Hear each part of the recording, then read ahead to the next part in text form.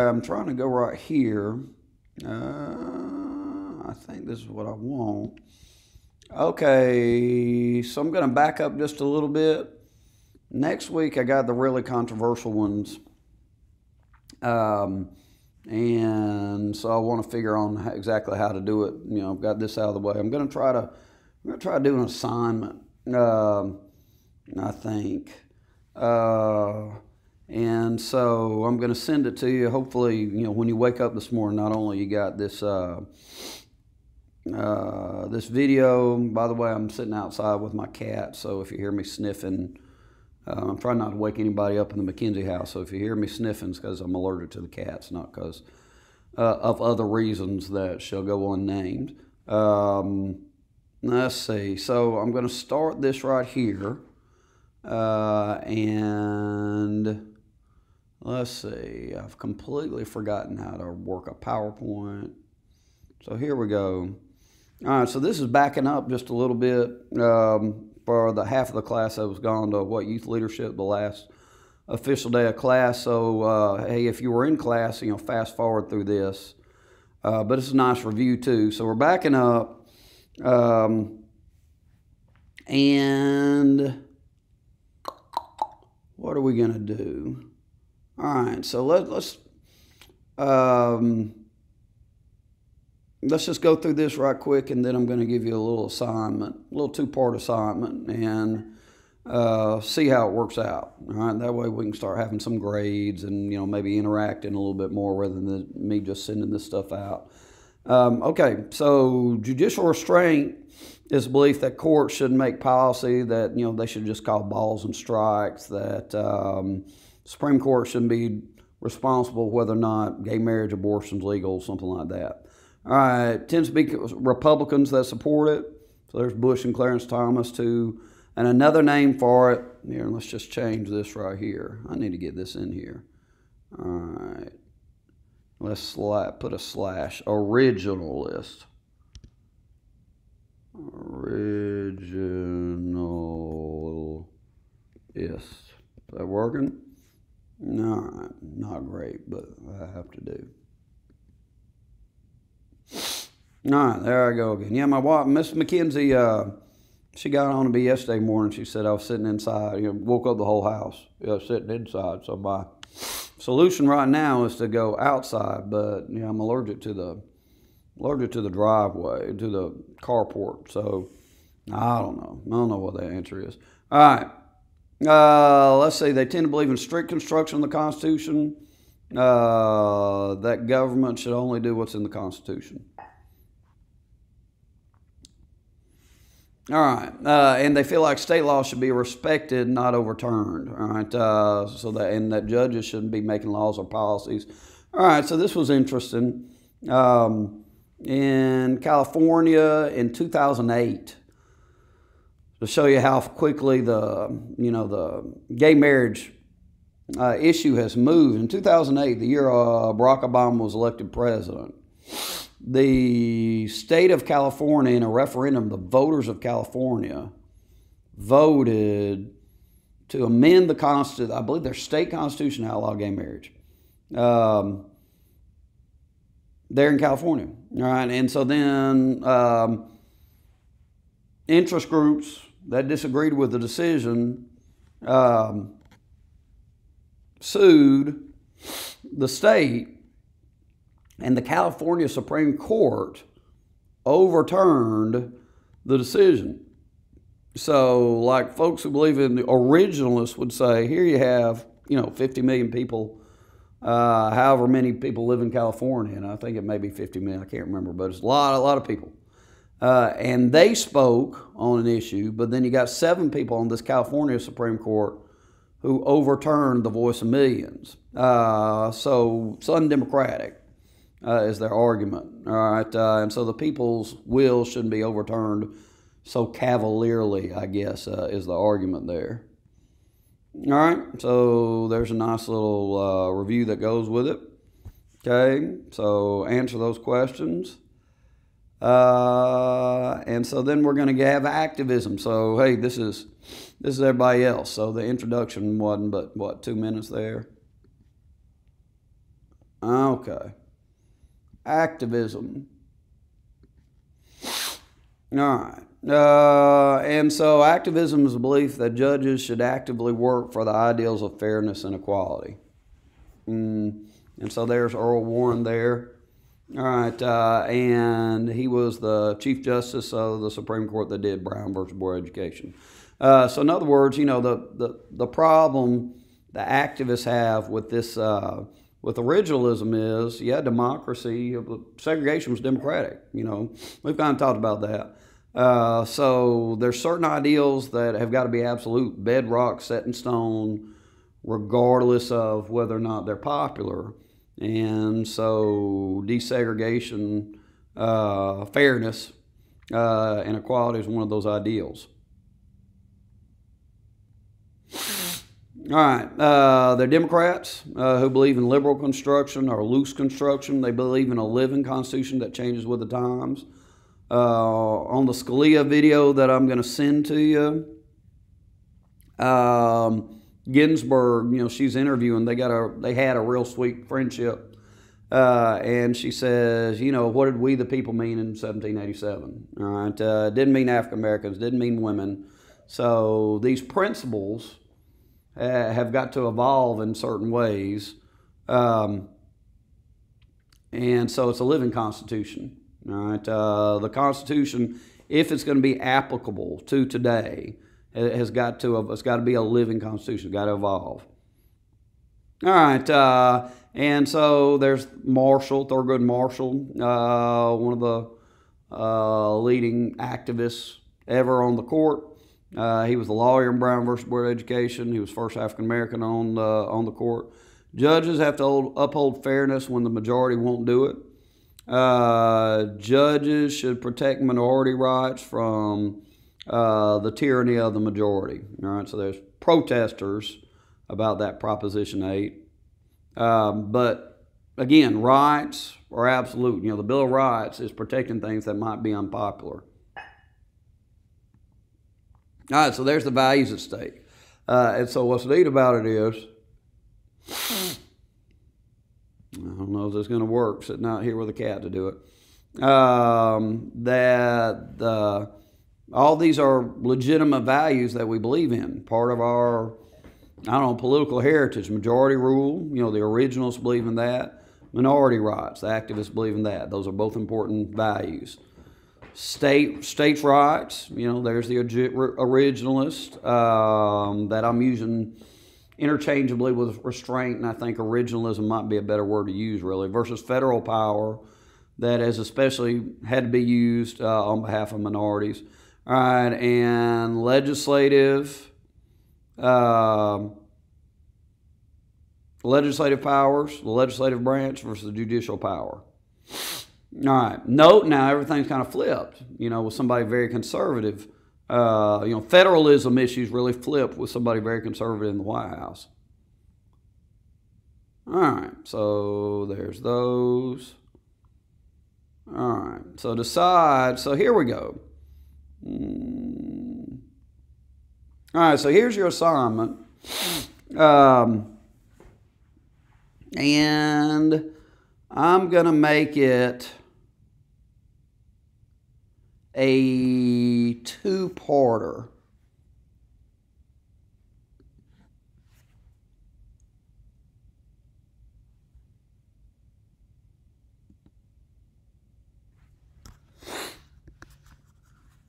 All right, so here it is. All right, paragraph 1, and send it to me on the remind. It doesn't have to be long, but I'm going to, let me test this out. I mean, I don't know how to do it. There's like programs, you know, where you post things. Zach says he turns in literally nothing on a sheet of paper in college. But I don't know how to do any of it. I'm an idiot. So I do know how to do the remind. And I don't think you're limited on how many words y'all can type back to me on a remind, right? So just send it back. First paragraph, what's the difference? Second, make your case for why one or the other is correct. All right. Third, was the court right in the Yoder case. All right, remember that one was the Amish case, and I said I was going to talk more about it, so I'm going to talk more about it. Give you a little bit more on it, and why don't you look something up on it? All right, but so the Amish one in Wisconsin versus Yoder. In Wisconsin, the Amish, I'm going to say it was maybe the 80s. You know, I don't know. I don't think it was a 60s case. But I don't know. It could have been a 60s case. At any rate, the Amish wanted to pull their kids out of school before they turned 16. All right. And they said because sending our kids to public school is going to be a threat to our religion. You know, 10 Amish kids walk, it's almost like a joke or something, like a guy walks into a bar joke. 10 Amish kids walk into public high school as freshmen. As seniors, how many Amish kids walk out? And, you know, the Amish are saying, hey, way less than 10, and that's a threat to us. And so the court ruled that for that reason they could drop out early. Well, then the question is, why is it that Baptists can't drop out early? Why can't Catholics drop out early? Why can't Buddhists drop out early? You know, 10 Baptists walk into a public high school. 4 years later, there's going to be less of them. Chances are. At least there's a possibility. And so what the court ruled was public high school is a unique threat to the Amish because they're a small religion. So it's a free exercise case. You can't freely exercise your faith if within a generation there's barely any members of your faith left to have a church. So whereas in Calhoun, Georgia, there's a gajillion Baptists, if a few less Baptists walk out 4 years later, you've still got Baptist churches that people can attend. But if you only got a few Amish going into Wisconsin high school, at the end of 4 years, there's next to none, and so there won't be a church for Amish to attend, so that threatens, since they're kind of an endangered faith, that threatens their free exercise of religion. Okay. So send me, and so the court ruled that they could do it, all right, based on the free exercise clause. So send me something. So your third paragraph is going to say, hey, you think the court got it right? You think the court got it wrong? Based on the establishment clause, based on the free exercise clause. And see, I mean, the controversial part of it, it seems to me, is that the court seems to be thinking, you know, we like the Amish, so we're going to make a special case for the Amish, a special provision for the Amish, which seems to violate establishment clause, right? Because the court seems to be favoring the Amish over Baptists, over Catholics, over Buddhists. All right, so you got activism and restraint, and you got the establishment clause going up against the free exercise clause. Anything else to say about that? I was thinking one more thing. All right, and here's why. Here's why. And I'm going to try to send you some videos on that. The Amish are one of the cases where you got some religious folks that have really inspired everybody. So the Amish case, it was, again, I'm terrible on my years, but I'm going to say early 2000s maybe. Maybe even before that. But at any rate, you got a gun case comes up. So this crazy, this mean guy, crazy guy, comes to this Amish community, and there's an Amish school, and he shows up at the Amish school, and he keeps them, all the kids hostage. Then he kills most of them. You know, it's like 12 or 13 kids that he kills. All right, and the media comes, and, you know, it's just a big, sad story of a deranged gunman. And so they, you know, they had the funeral for the killer. And well, what do you think happened? The Amish showed up for the funeral of the killer. And, you know, the media that were there said, you know, what's going on here? What are you doing at this? Why would you show up to this guy's funeral who killed your, you know, he killed himself after he killed the kids. why would you show up to the funeral? And they said, well, our belief tells us we're supposed to forgive. All right, so they forgave him, and, it was really powerful testimony to their faith. I mean, I really admire that. And, I'm not, I definitely don't think my powers of forgiveness are that strong. Somebody does something, one of my kids, I'm not going to be feeling very forgiven. And so I really admire that. I think people admire the Amish strength there. And by the way, there was a police case, Dallas policeman killed an African American in the fall. I think I sent something out to you about it. And the guy's brother forgave the policeman. There's a number of stories of crime victims forgiving the criminal. And so I'll say they're inspirational. I'll try to send those out to you. Okay, so there's your assignment. So let's see how this works next week. And I'm also going to send you the video on Scalia because it's neat. Next week, we've got we got the controversial stuff, so we need to kind of understand this stuff before we do it. All right, let's see what else I got here. Let's do this one. All right. Do I want to do that one? Maybe.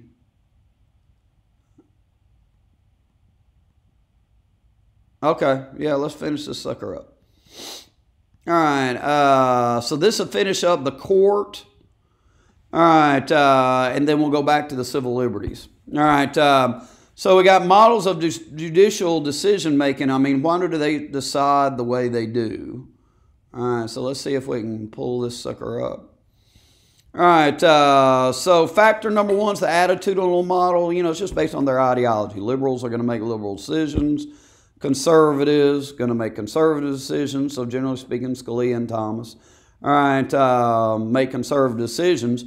Behavioral model. All right, experience affects rulings. Roe versus Wade, you had some conservative guys voted with a majority on that one, and people looked at their life experience. I think one of them had a niece or something. They got pregnant when she was real young. So their experience kind of outweighed their ideology. There's the same kind of things going on in some freedom of the press cases. You had some judges voting ways their ideology wouldn't expect them to. There you got young Clarence Thomas. And really the basis of his conservatism is his experience. He went, I think, to Holy Cross College from growing up in Savannah. He was real radical, liberal when he grew up. But he went to Holy Cross, and the African Americans that were at that college, he saw a lot of them struggling, so he felt like affirmative action was bad for them. So from that point forward, he became very conservative. So it's kind of his experience there that is kind of driving a lot of his decisions. Also, hey, there was a death penalty. I mean, the guy got executed in Alabama last week or the week before, and Thomas issued a temporary stay of execution. Well, I wouldn't expect Thomas to be the guy who tries to stop this execution, but he grew up in the South. Part of his experience is the awareness of lynching. So I'm wondering if his Southern growing up experience didn't have something to do with that, because, I would expect him to be staunchly pro-death penalty. Okay, other things, strategic models. It's just like everybody else. They're trying to maximize their influence.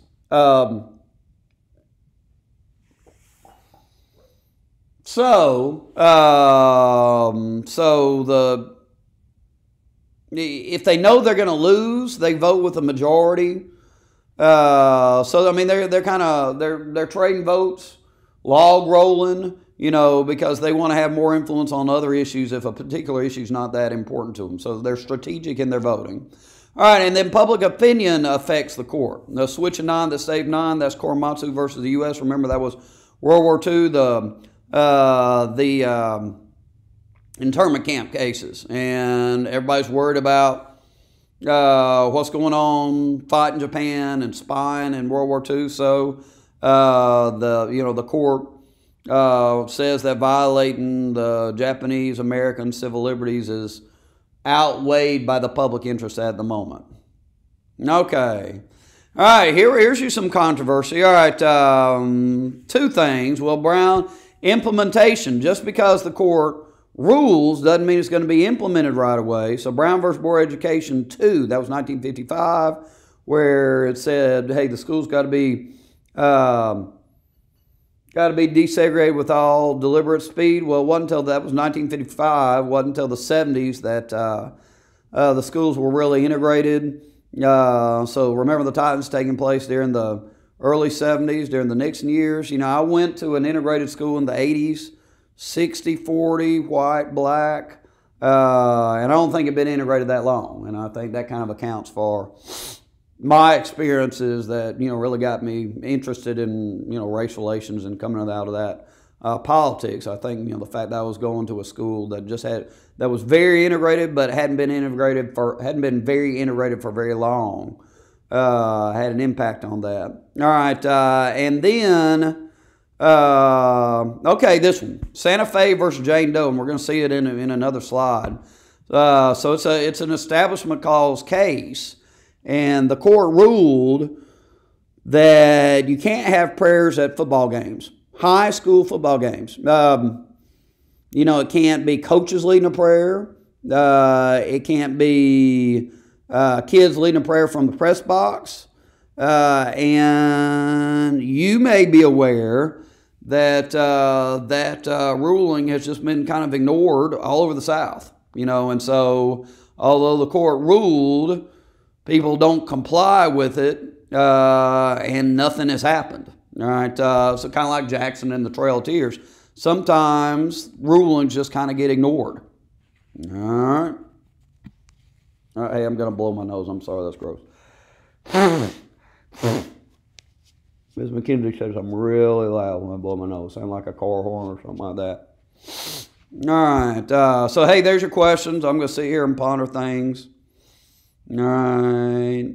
Okay, the size of the court. All right, so we got two more things on the court, two more headings on the court, then we're back to civil liberties, and I'm just kind of pondering. So I want to test out my like a little assignment method because I got a good one for you Tuesday.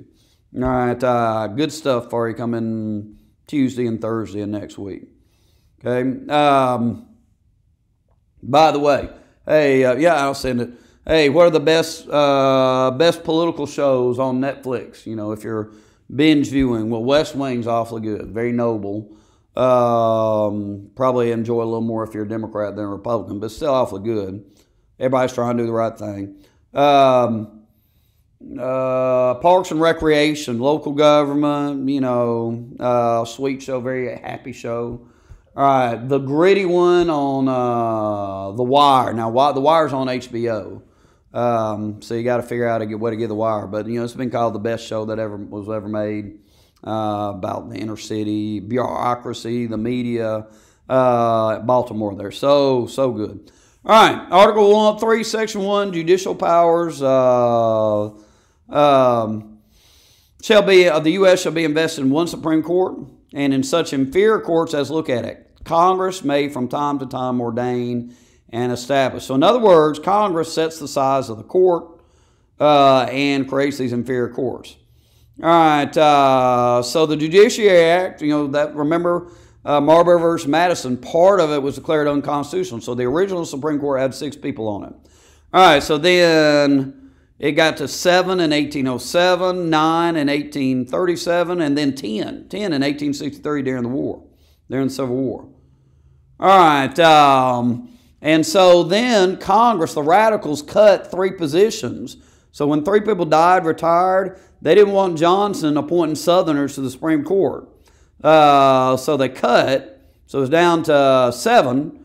And then when Grant became president, Congress added 2 back. So that's when it became 9 permanently. So kind of interesting little thing there. All right, boom. All right, nice and easy, straightforward. Okay, let me see. This is not right. All right, so we're going to try to correct this. That'd be one more. I'll send you something out to try to correct it. Who's not on there? Duh, Scalia's not on there. Let's see if we can fix it. All right. Kavanaugh. Who stepped down? Sotomayor, Alito, Kagan, Gorsuch. How many people I got here? 1, 2, 3, 4, 5, 6, 8. Mackenzie, you're a freaking idiot. Roberts.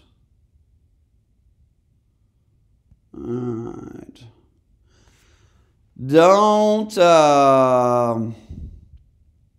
Don't write that down. We'll fix it. All right, because Gorsuch is on there. Roberts is on there. I left Roberts off. Kavanaugh's on there, so that would be a 10-point. That's a 1, 2, 3, 4, 5, 6, 7, 8. So Kennedy's not on there. That'd be 7. Is Breyer gone? Breyer may have retired. I'm going to have to look into that. You know, that's pitiful, Mackenzie. Changes. All right. But Kennedy was the swing vote, so you can put that down. All right, and get this down. You don't have that many 5-4 votes. You know, that's probably important. You know, and almost half the time, the decisions are unanimous. So they get along a whole lot better than they have the reputation of getting along. And by the way, hey, their meetings have been, the oral arguments have been suspended, you know, just like us. So they're not meeting just like us. All right. So let's see what we can do. So we're getting rid of Scalia, and we're going to replace him with Gorsuch. All right, we're getting rid of Kennedy, and we're replacing him with Kavanaugh. So who we got? That's Alito, and that's Breyer. All right, so let's go back up and see what's wrong. All right, so we got Sotomayor, we got Breyer, that's right, that's Alito, and that's Kagan. All right, so then we got Kennedy. All right, so we're replacing Scalia with Gorsuch. We have Roberts, who's not on there.